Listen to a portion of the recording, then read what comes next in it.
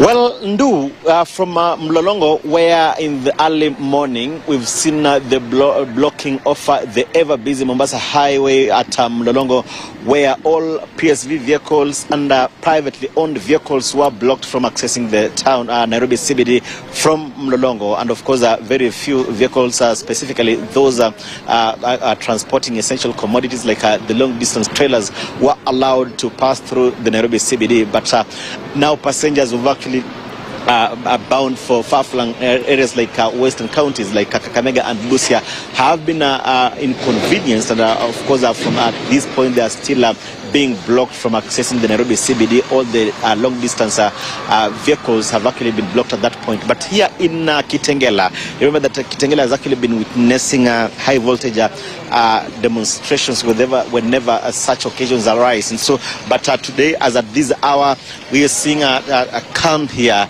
police officers stationed in various points here. And you can see that security has actually been heightened. Remember that Kitengela, everybody who uses the Mombasa, who comes from Kitengela and maybe wants to access the Nairobi CBD must pass through Mombasa Road, and so they have actually been blocked from at Mlolongo. And so businesses have temporarily been closed here.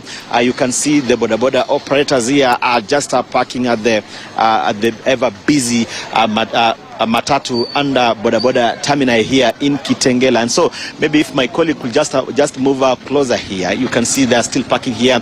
Businesses are closed here because remember that in the past demonstrations and nationwide protests, we've seen instances where protesters, the criminal elements have actually infiltrated the demonstrations and carried out looting, and so business operators, out of abundance of caution, really closing down their businesses here. But let's just talk to some of the boda operators here.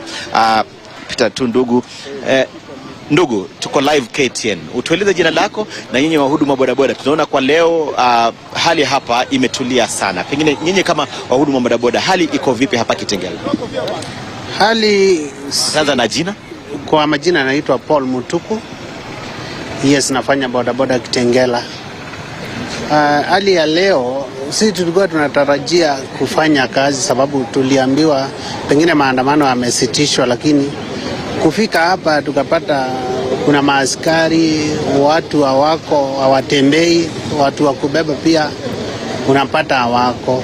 Sasa sisi tuko hapa tukingojea tuone kama pengine mambo yatakuwa sawa, biashara zifunguliwe tuanze kubeba, sababu kazi yetu lazima tuone biashara zinaendelea. Ndio unatoa mtu hapa unampeleka pale, toa mwingine kwa kazi hii unampeleka pale hivyo.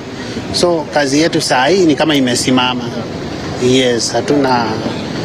Unasema imesimama ni kwa sababu watu hawapo ama ni nini kinaendelea, kwa sababu ipi ifanye kazi isiwepo? Nasema hawapo sababu saa hii wale watu wako hapa, hakuna mtu anaenda aidha kazi, hakuna mtu wa kupelekwa kwa biashara yake sababu biashara zimefungwa.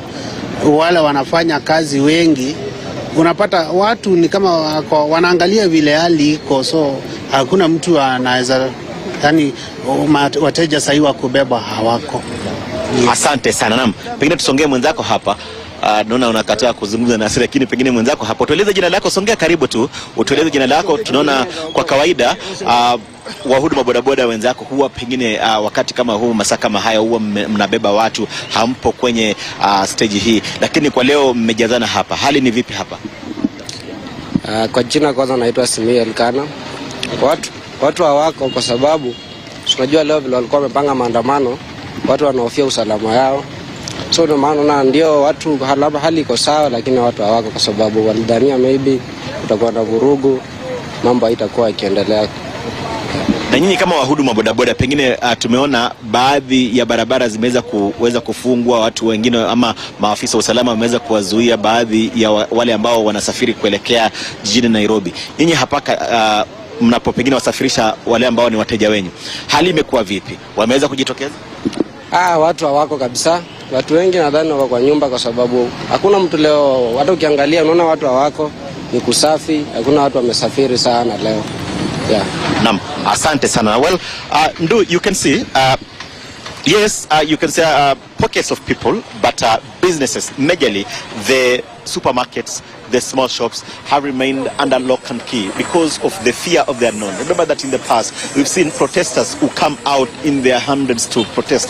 But today, remember that the Gen Zs had said it's a commemoration of their colleagues who died in 2024. But that could not maybe erase the fears, the wounds that the business operators here underwent, that they suffered. And so to just ensure that they exercise caution and that protect their businesses, most of the businesses have remained under lock and key. They are closed. And remember that also security operators are actually stationed in almost all corners to ensure that maybe they could just deter any instances of protesters here. That remember that the protests have actually been infiltrated by criminal elements in the past. And so you could see the police vans here, Land Cruisers, are stationed there to ensure that they could deter any attempts by criminal elements to maybe just come out, and also not just criminal elements, but they actually just ensure that they suppress anything to do with the protests here in Kitengela that normally often turn violent here after the infiltration by criminal elements. And so we shall be keeping at here in Kitengela to just bring our viewers to speed with the happenings here in Kitengela, Kajiado County. Allan Ochanda is in Kitengela. He's moved on there from Mlolongo where he was earlier, and the situation, if anything, is the same. We're coming back where we have a conversation